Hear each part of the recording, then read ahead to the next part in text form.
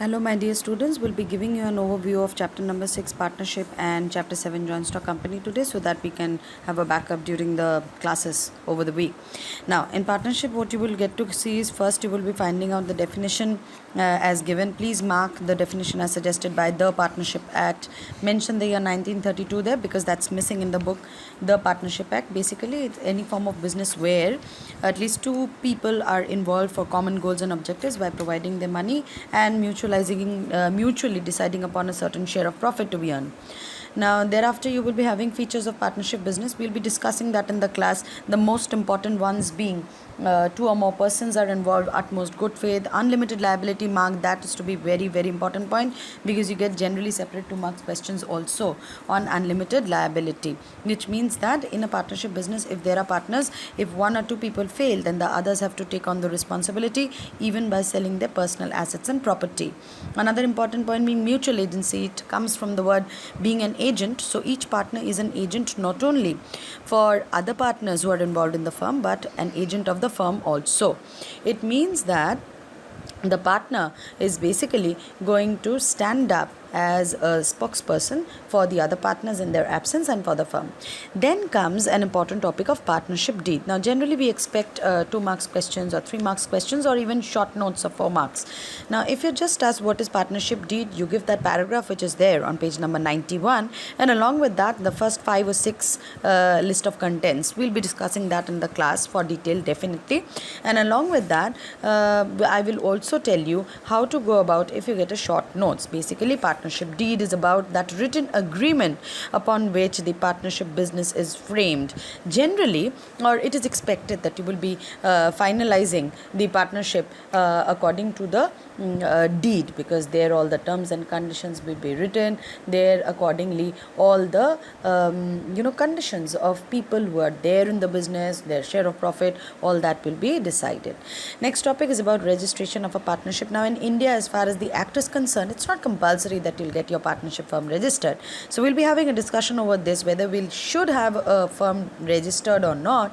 But as of now, in your book on page number 92 and 93, you will find procedure for registration given, which I will be technically asking you to mark for the proper steps. Just keep in mind that when you're writing the steps for registration, the sequence needs to be followed. Consequences of non-registration, and which are those things where the non-registration does not affect. Like consequences of non-registration, that if a firm is not registered, then what are the consequences of that? Like number one, if a firm is not registered, that it cannot sue a third party, no matter it knows that the third party is doing something unfair with them. They cannot sue, they cannot file a case, they cannot sue each other also. The partners cannot take legal action against each other, against the firm. So all this gets adversely affected. But yes, of course, there are certain things which are not affected at all, even if the firm is not registered, like the right of the partner and to claim for the dissolution of the firm. What is meant by dissolution of the firm? It means that the firm will be shutting down. Power of an official assignee or receiver to realize the property. So if the partner is no longer in the business, his official assignee can claim for the business. So that is not affected at all whether the firm is registered or not. If a firm has got a patent and somebody is trying to hack that, somebody is trying to cheat that, create a duplicate document for that payment, is trying to cheat what the partners are doing in their business, then of course, whether the firm is registered or not, the partners can take legal action. So that is about registration and its various pros and cons involved. We come to types of partnership. Types of partnership will be, please be very careful, types of partnership is about types of partnership business and not partners. So there are 4 categories. General partnership, all that you study under advantages, disadvantages, features, and registration, all that we have discussed so far falls under general partnership. The second concept that is very, very new, at least in the scenario of Indian economy, that is limited liability partnership. Mark it, L capital in both the cases, limited liability partnership. It is popularly called in its acronym form LLP also. As the name suggests, partners have got limited liability over here except for one partner, right? So it more so behaves like a joint stock company. Like, okay, whatever fund you've put in, your profit sharing ratio will be accordingly, and so on. You will be proceeding with the business. There are certain advantages and disadvantages, like people can be relaxed of their return, they will not be unlimitedly liable, they can be more enterprising because they know, okay, fine, my risk and responsibility is shared by the other partners. But at the same time, there are certain disadvantages also. It has to be definitely registered under the act. There is no secrecy because the books of accounts have to be shared. You cannot keep the tactics of your business to yourself, you got to share that outside.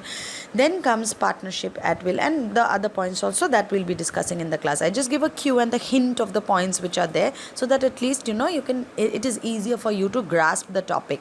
Number 3 is partnership at will. It is a partnership formed for an indefinite period. So partnership at will is whenever the partners are wanting, they can continue. If somebody wants that, no, my partnership will continue for long time, that's also welcome. There's no compulsion as to, okay, fine, this is 2020, so 2026 will dissolve the firm. No, there's no such compulsion. Particular partnership is when you're trying to build up a partnership for a particular venture. Like, say metro work is going on all around in Kolkata. So there are 2 or 3 firms engaged in it. So they are engaged in that metro construction work throughout for that period of time, till the time that the metro is not workable, till the time the construction work goes on. Once the entire infrastructure is ready, then the firms will be dissolving the partnership regarding this. So that is what we mean by a particular partnership. Types of partners. Now we come to study about types of partners, meaning what are the various types of partners. Like, you will have working partner who's always working for the firm, who's actively participating. Dormant partner who is a partner but he does not take part at all. Secret partner, he's working, he's a part of the firm, but the rest of the world, the outsiders, don't know about him. Limited partner who has a limited liability. This is somewhat similar to limited liability partnership, that same context. Okay, partner in profits only. This sort of a partner is only actively participating for the profits and nowhere else. So if the firm earns profit, I'm there. If loss, I'm not there. Next is nominal partner. I'll be taking up this definitely in detail in class because this is much more conceptual. Minor partner, popularly 2-3 facts go with it. Minor, as we all know, who's a minor in India? Are under the age of 18. So minor partner is somebody who's under the age of 18 and he can be there in the firm with limited liability. Nobody will be burdening him with unlimited burdens. And once he's 18 years, within the next 6 months, if he doesn't declare or she doesn't declare that he doesn't want to continue in the firm, then automatically he becomes a permanent partner. We come to rights and obligations. I just missed that sub-partner. Sub-partner is also there. Like, along with nominal or ostensible partner, I'll be taking up sub-partner in the class itself. We come to rights of the partners and duties. Be very sure rights are what are they supposed to do, or what can they claim, and duties, liabilities are authentically what is expected from them to be do. So rights, like they should be taking part in the business, they have access to the books of accounts, share of profit should be logical, rational, they must be responsible of the expenses those are taking place.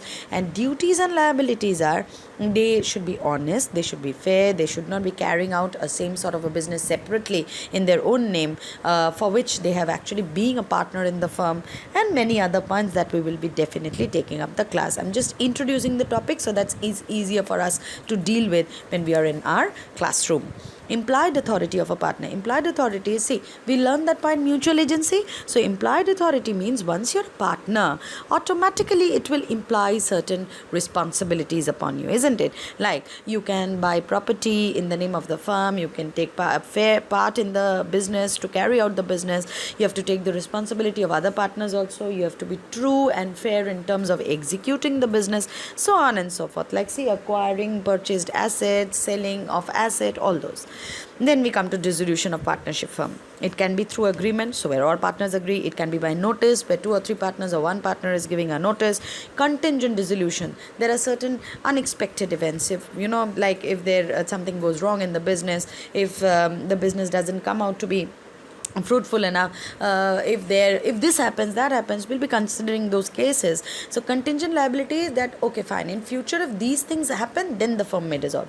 Compulsory dissolution is where by court, by the law, by consent of all the partners, maybe one of the partners has lost all the money, has become bankrupt, so that is compulsory dissolution. Dissolution through court is where the central or the state ministry, they will intervene and they will get the firm dissolved. Settlement of accounts and dissolution, this deals with again the sequence of dissolution. So along with formation, I will be dealing this also separately and ask you to mark the points when we are discussing this topic in the class. Merits of a partnership, of course it is very popular in India. Merits like it is easier to form, lots of resources come in, people use their combined ability to judge things, they motivate each other to earn more profit, they supervise, they keep a control on the operations of the business. Then even a minor partner's interest is validated. All partners are equal as far as rights are concerned. They cooperate with each other. It's a teamwork. So basically those are the advantages. What are the disadvantages? Limited resource, of course it cannot be operating like a company. Then unlimited liability for all partners until unless it's an LLP. Chances of conflict, public confidence is not there. You cannot keep things secret. You have to share all details with your partner, and so on and so forth. So there could be reduced public confidence also, implied authority. Maybe your partner committed something on your behalf, so automatically you become liable. So all these are demerits, right? And when further on we'll conclude the chapter in the class, we will be taking up differences between general partnership and LLP. That's a very important topic. Comparison between sole proprietorship and partnership, that you can go through from the table that has been given in the book, because more so by now we know about the features of sole proprietorship and partnership. And finally the last topic is under essentials or requisites of an ideal partnership. What is required? Obviously people should work together, teamwork spirit should be there, it should be in proper size, proper capital contribution, they must have a common approach. It is advisable to have a written agreement so that there are less chances of conflict, contribution of managerial efficiency, contribution of money, all that. Chapter 7 is about joint stock company.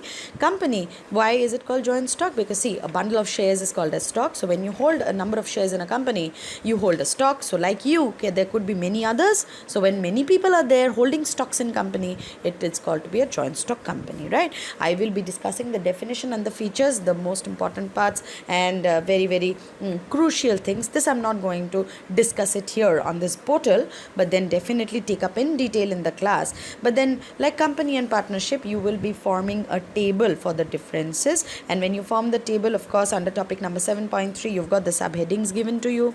We've got the objectives of joint stock company, meaning a company will always want more industrialization, better infrastructure, production capacity to increase. Now, people should be self-resilient. They will give more employment opportunity to a lot of people.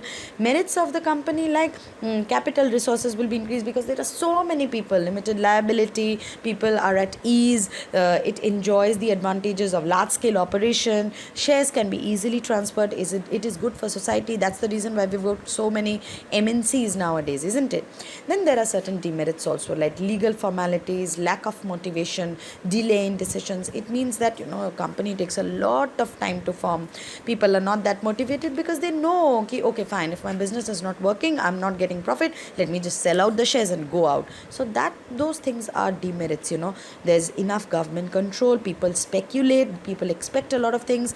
There can be conflicts between board of members, board of directors. So these are the problems, but then still it is popular in the society. Why? Because of course it has huge capital, huge return, they are more stable, shares are easily transferred, risk is divided amongst all the owners, management is qualified. That's the reason why we've got so many MBAs around us nowadays. That's the reason why companies, they want to put in MBAs into work, because it works really in professional terms, right?